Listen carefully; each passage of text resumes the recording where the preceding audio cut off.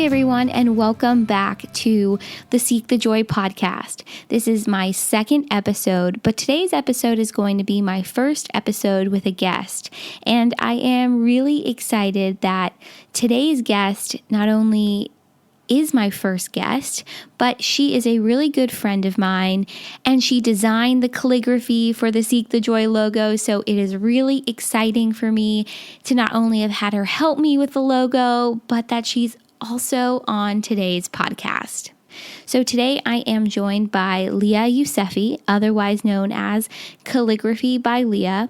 Leah and I have known each other for 4 years now. We met in law school, and we talk a little bit about that in today's episode. But she is just an all-around good, grounded person who just so happened to find her joy in calligraphy.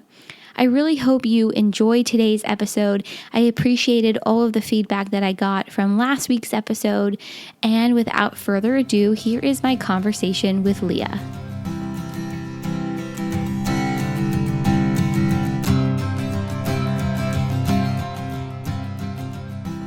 I am joined by a really good friend of mine, Leah Yousefi, otherwise known as Calligraphy by Leah.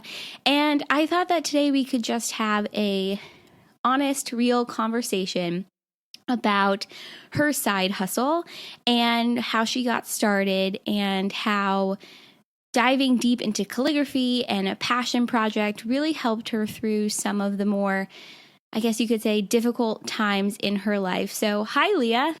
Hi. Thank you so much for having me on. You're welcome. Thanks for coming on. You are my first official guest, so I'm so excited. I'm super excited to have you on. I feel like it's super appropriate, too, to have you as my first guest. Well, I appreciate that. So I thought we could sort of start off by letting you introduce yourself, and then we'll kind of go from there. Sure. So I'm Leah, and you and I met in law school. We lived next door to each other. We had no idea. But over the years, we became really good friends, and I'm so thankful for that.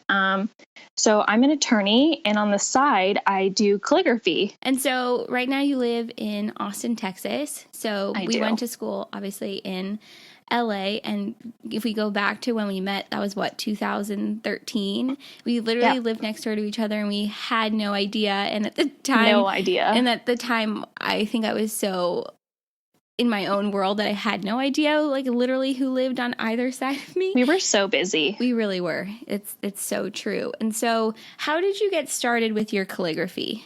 So my last year of law school, I ended up getting really sick. A bunch of stuff happened like within 24 hours. And as part of my recovery, my mom suggested I start painting. And I realized I was not patient enough to paint. And I didn't like painting because what was coming onto the paper wasn't pretty at all.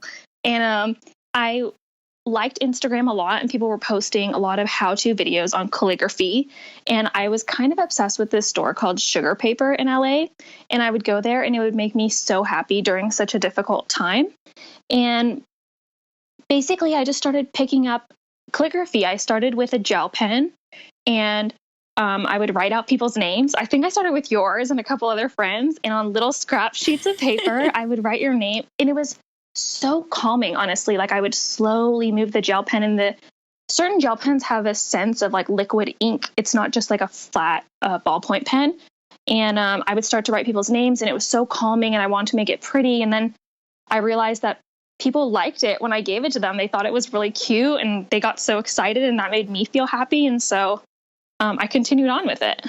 So this was in our third year of law school, so kind of towards the end before we graduated. It was probably January. Yeah, I feel like that sounds about right. So obviously it started off more as a hobby and as a way to sort of calm yourself down and find some, I guess you could say, inner peace and inner joy during probably a really difficult time. And I think for people that don't know or don't understand or don't realize, law school on its own is so stressful and so intense. But then when you add on other things that happen in real life, whether it be things with friends or things with family or just things just with like yourself. illness and stuff like that. Things that come up. Like I can definitely relate because, you know, in our third year, I had shingles.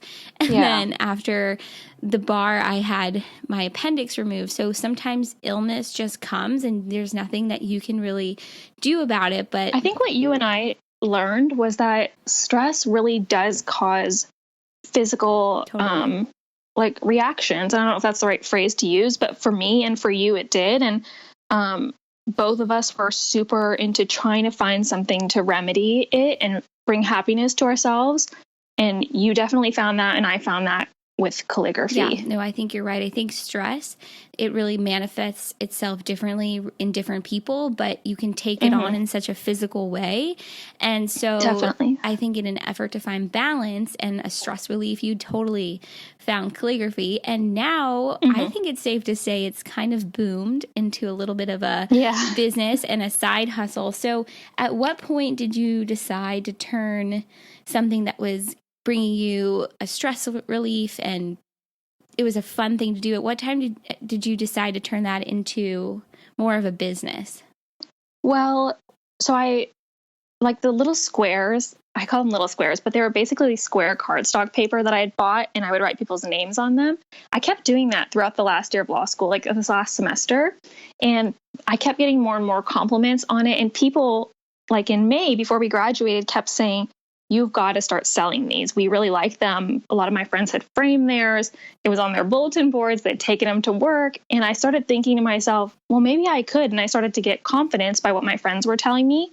And I took time off calligraphy while I was studying for the bar exam, because as you know, it takes over your life. Totally. But when I finished studying for the bar, that's when I decided to take the leap and make an Etsy page. So, and obviously you've had success with that. I mean, people buy what you post on Etsy and you've had people ask for like custom projects, right? Yeah, I have like a link on my page that says like request a custom order. And I've had people from all over the country. Actually, a couple weeks ago, I had someone from Canada place an order. Oh my God. Which was You've super gone exciting international. For me. That is awesome. I was so excited. That is really cool. Yeah, it's just really cool because then as cheesy as it sounds, when I get people who buy from my Etsy page just because they like my work product and not because they're friends with me and they want to do me a favor, that makes me feel even better about it and makes me feel like, okay, well, I'm bringing some joy to someone else. And that gives me more confidence. Yeah, no, I agree. And I think it's great to have the support of your friends because obviously without the support of my friends, I wouldn't be recording this episode right now.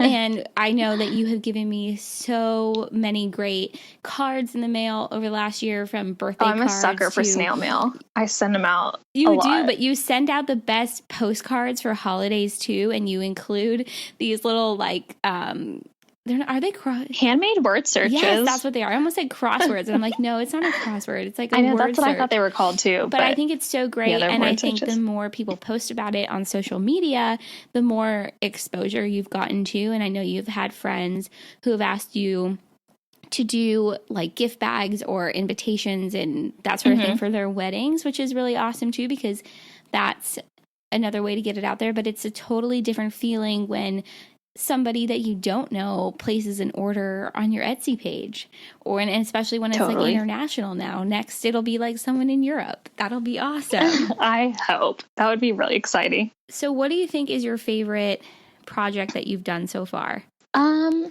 Well, recently, one of my best friends that I've known since 6th grade just got married, and I was the maid of honor. So basically, I was in charge of planning the bridal shower and the bachelorette. And so I decided to not order like pre-made cards, but make them myself. And to me, that was exciting just because it was for someone that I love so much. And it was really sentimental. And I doing just like a totally custom order with things that I had to draw out. I'm not a really good artist. And so that was exciting. It was just my favorite because it was different color schemes, different pictures. I had to draw a timeline on one of them.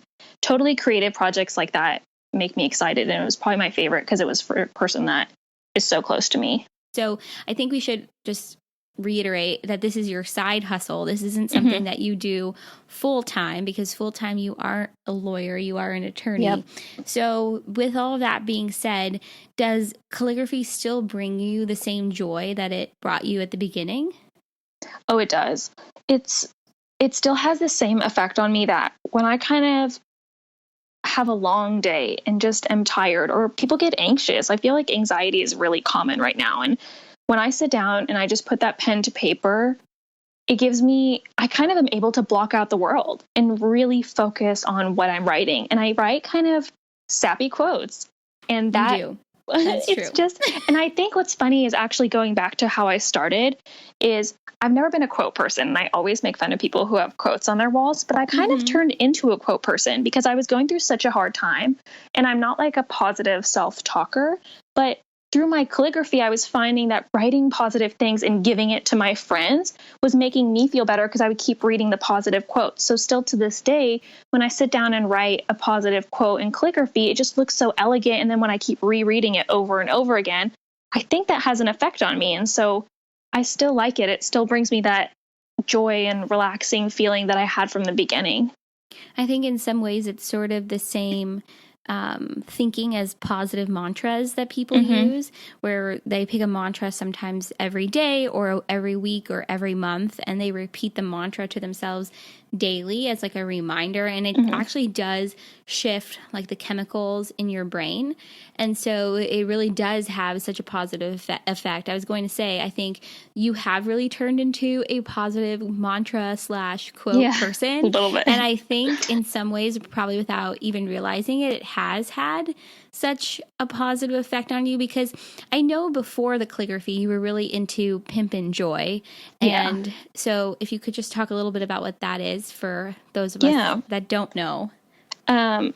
So Pimp and Joy came from ever since I was a kid, like from 7th grade. I've been listening to this radio show. It's called The Bobby Bones Show. And I have listened to that show from 7th grade till today. So it's been a long time. And that show brings such a sense of comfort to me. Like from the time that I moved from Austin to LA, it was just a constant in my life. And over the years, they came up with a concept called Pimp and Joy when one of the radio hosts, she had lost her mom to cancer. And her mom had always said she wanted to choose joy. And I was going through a really difficult time myself. And I don't know, something about the phrase just stuck with me. And I was like, wow, if I can just try every day, not think about the future and, oh, I'll never get better, I'll never feel better. If I can just think, today I'm going to choose joy. And even though it's such a simple phrase, it really, really had a positive effect on me. And every year, they do a Pimp and Joy week. And like one year during law school, I brought a bunch of donuts and cookies and stuff just because I wanted to spread the message that even though law school is super stressful and hard, there's things that we can still find joy in. And so I have a bunch of Pimp and Joy shirts, and I like telling people about it. And I push the concept onto you over the years that I've known you. And it's just basically about choosing joy even when things are really tough, because I get it. And I've been through really maybe not awful things, but things subjectively that have been difficult for me. And that little mantra of Pimp and Joy, it's like a funny phrase, but it's basically about, today I'm going to do my best to choose joy, whether it's help someone else or be kind to yourself. Because sometimes I find that I'm not really kind to myself. So I should give myself that respect that I would give to any other person. Yeah, no, that is 100% also what this podcast is about. I know we've talked about that a little bit, but it's about, how do people find their way through life's difficult moments and continue to love and support themselves and treat themselves with love and patience and kindness that they would treat others. And I think I obviously didn't really know too much about Pimp and Joy until you and I became friends, because I don't think I had ever listened to the Bobby Bones show. I think it's kind of like, I hate to say this, I know it's like international, but it started out in Austin. So in my mind, it's still a local show. That might be why, because I literally didn't hear about it. But I think the messaging is so important and so similar, now that you just kind of ran through what all of it's about, to what I hope to portray and achieve and talk about in this podcast. The whole series itself is just about finding joy, and even when times are really tough, and I think especially right now with everything that's going on in the world, it's so hard sometimes to feel joyful. Yeah. And to find joy. And I think, when you turn on the news and you see something that's so horrific, whether it's an incidents of major violence or a natural Hurricanes, disaster, whatever it might be, it's hard to then return to your day-to-day life and feel joyful and feel good about celebrating yourself or things that are going on. But at the same time, the other point that you make is, everything is so subjective, and what you went through and what I've gone through and what other people go through is subjective in that it has an impact on you in your life. We aren't living in Syria in a war zone, but there are things that have happened relative to our experiences that have had an impact. And so I think it's so great and awesome, truly, that you have found something that brings you joy in calligraphy and in creating and in making things for other people, because it brings you joy. But I know for you, when you give it to somebody else or someone places an order and they're happy with it or whatever it might be, it brings you more joy to see how happy they are with it. Yeah, it makes me so excited. I just like seeing, I think I talked to you a lot about this, and the reason why I send so much mail for holidays to all my friends, and even friends maybe I'm not so in touch with all the time, is because the happiness it brings someone to open their mailbox and all they expect is bills. And then they get a pink postcard for Valentine's Day that they just didn't expect. I think it just brings a smile to someone's face, and you don't know what people are going through because a lot of people don't verbalize it and they just keep it inside. And so it makes me so happy when they send me a text and they say, "Oh my God, I just got your card. I didn't expect this. This is so cute." And I don't know, it just brings happiness to the both of us, which is what I like about it. Yeah, no, I think that's great. I mean, I've been in that position where I've opened up the mail or there's a package and I'm like, wait, what is this? I didn't expect anything. So I think you definitely are bringing joy to other people through your calligraphy and by staying true to what makes you happy along the way. So definitely. How do you find joy in your day-to-day life? Is it about finding balance with the calligraphy? Are there other things that you do? Because life is stressful. So are there other things that you do to kind of bring back in that joy and that balance? Yeah, I would say obviously calligraphy is my number one. And I've started doing other work where I can do calligraphy on my iPad, and the more creative ways I come up with how to show my calligraphy in projects makes me excited, and that is great for me, and I enjoy doing that. I also do simple things like work out. Like I really enjoy a good Soul Cycle class. Whenever there's a theme ride, I hop onto that bandwagon real fast. Basically, arts and working out are so important to me, and I think one is a creative outlet, and one's just what does Elle Woods say in Legally Blonde? Endorphins make you happy, and I think that's happy so people true. Just don't kill their husbands.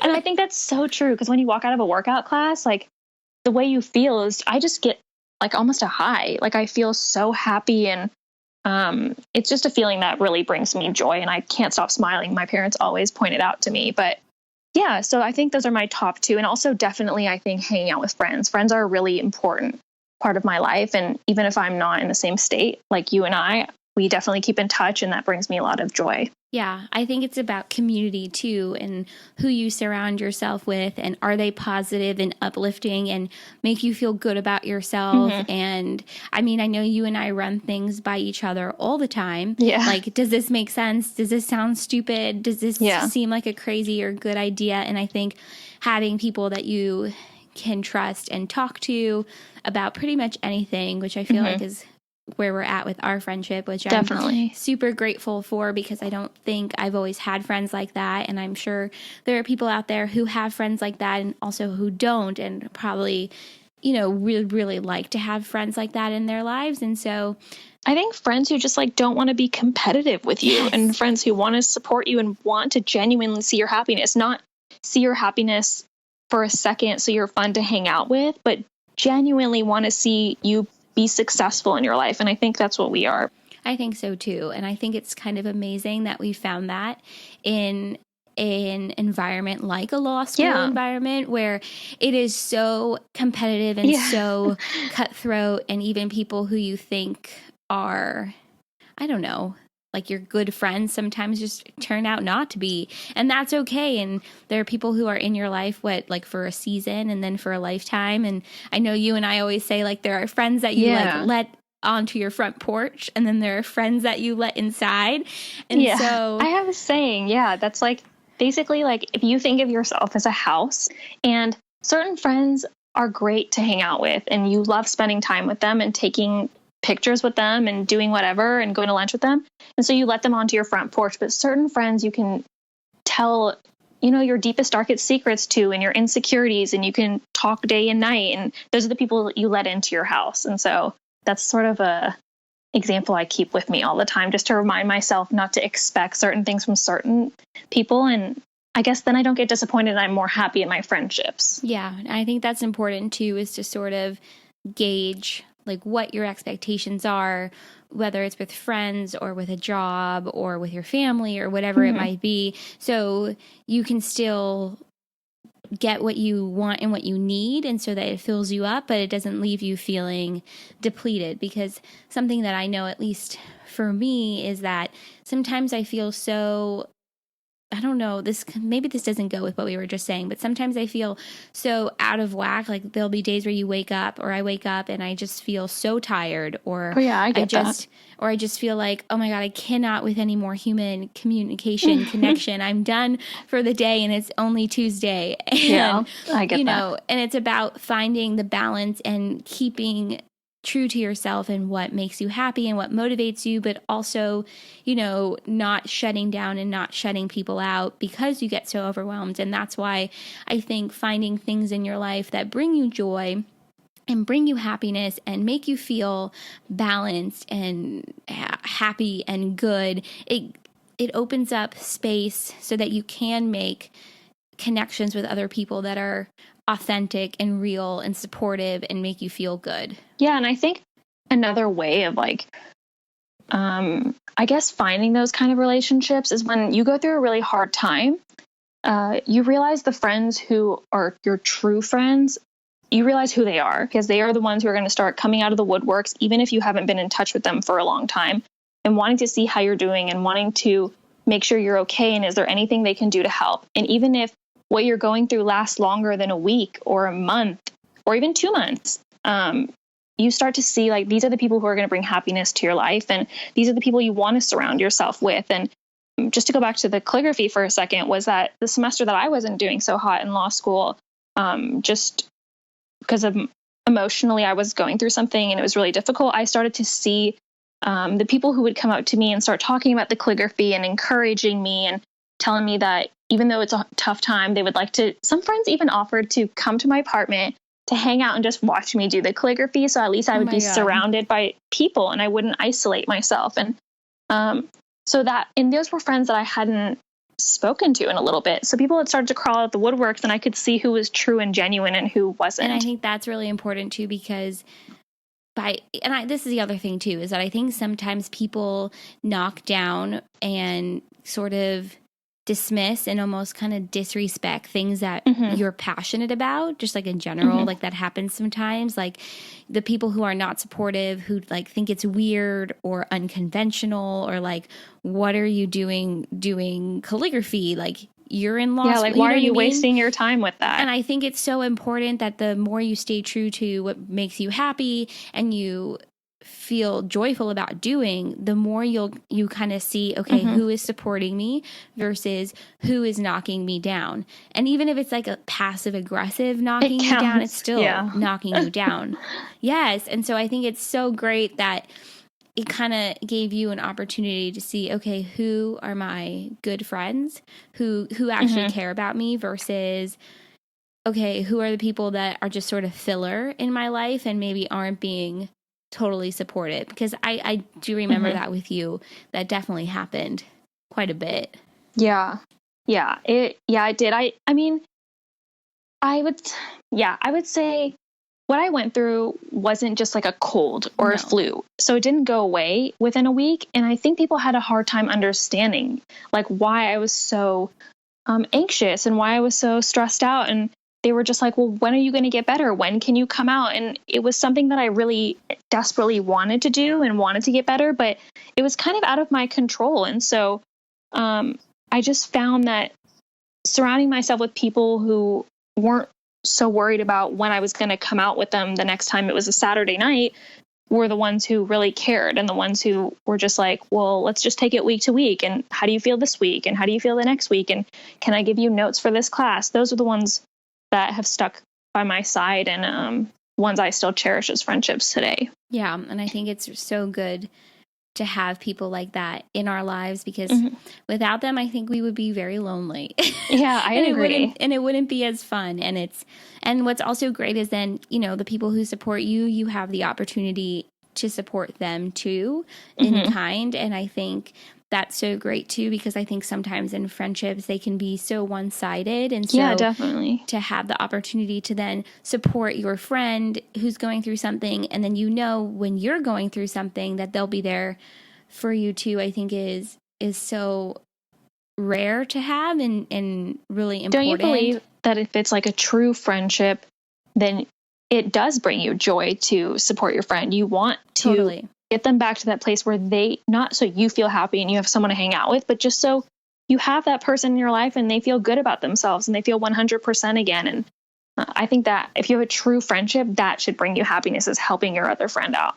Totally. I agree. And I think for some people, helping is different. So like, I know with some friends, it might be, we go to lunch once a week and check in and like, how are you doing? And other friendships, it's, you talk to them every day. And then with others, it's about supporting the way that you can. And I agree. I feel like helping other people, and I think it brings you joy. And I think that's important, because otherwise you're just being selfish. You know what I mean?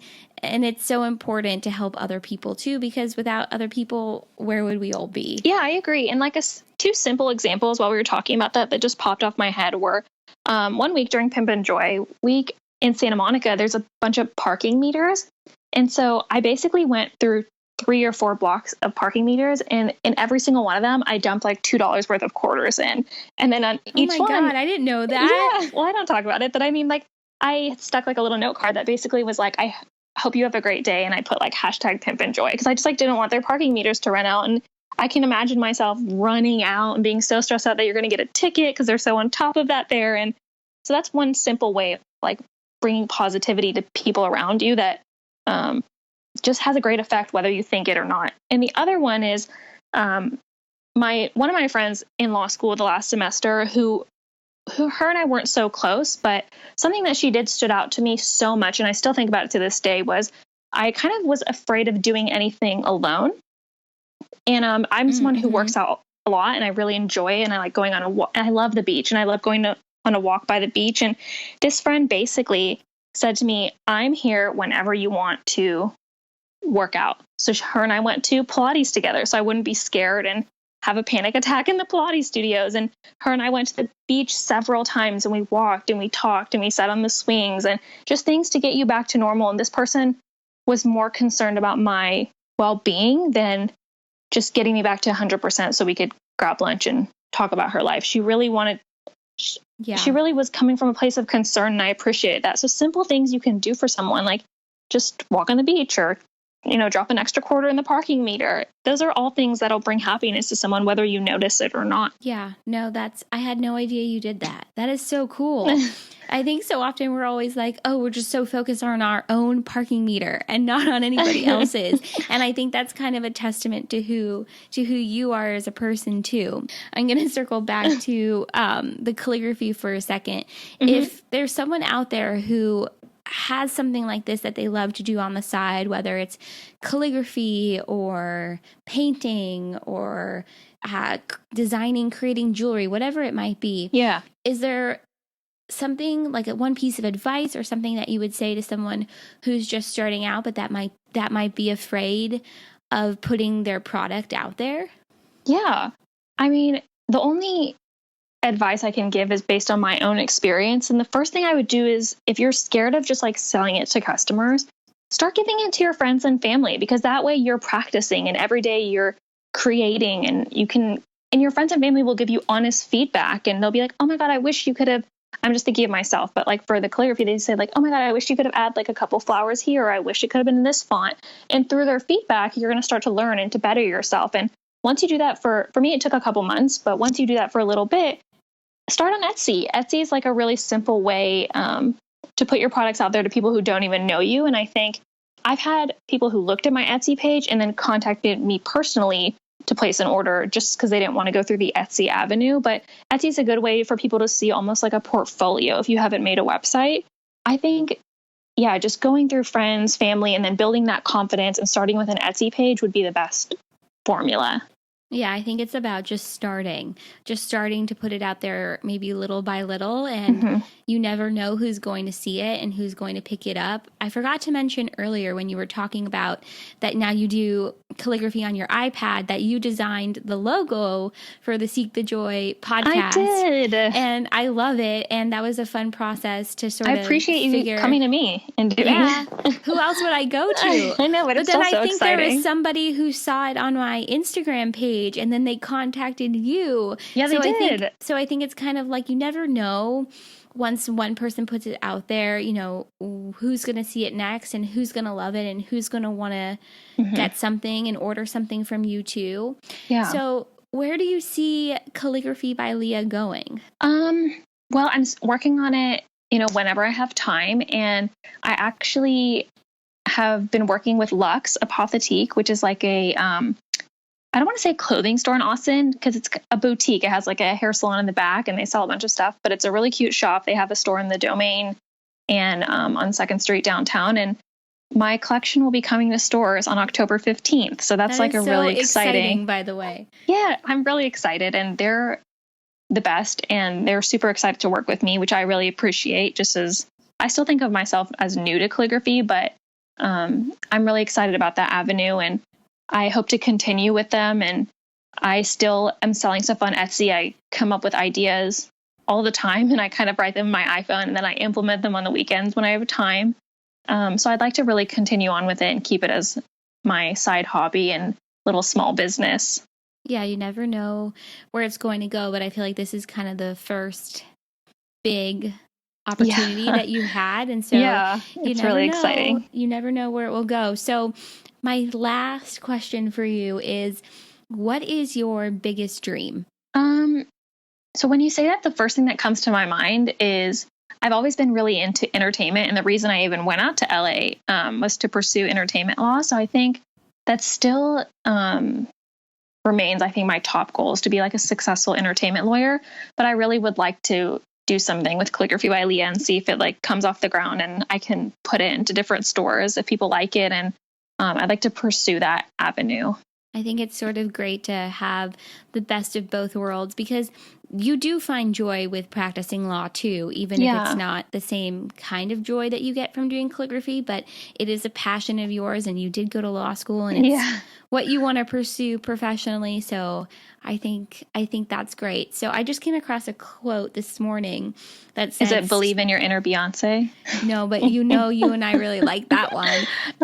It says, "Stay close to people who feel like sunlight," and you, my friend, feel like sunlight. So thank you. I love that quote. I've never heard that one. Really? Okay, well, I'll have to send it to you. But thank you for being my first official guest. I'm so excited. God, I was honored. This has been a really fun conversation. We went in directions that I don't think either of us expected. But tell everybody, where can they find you? On Instagram, Etsy?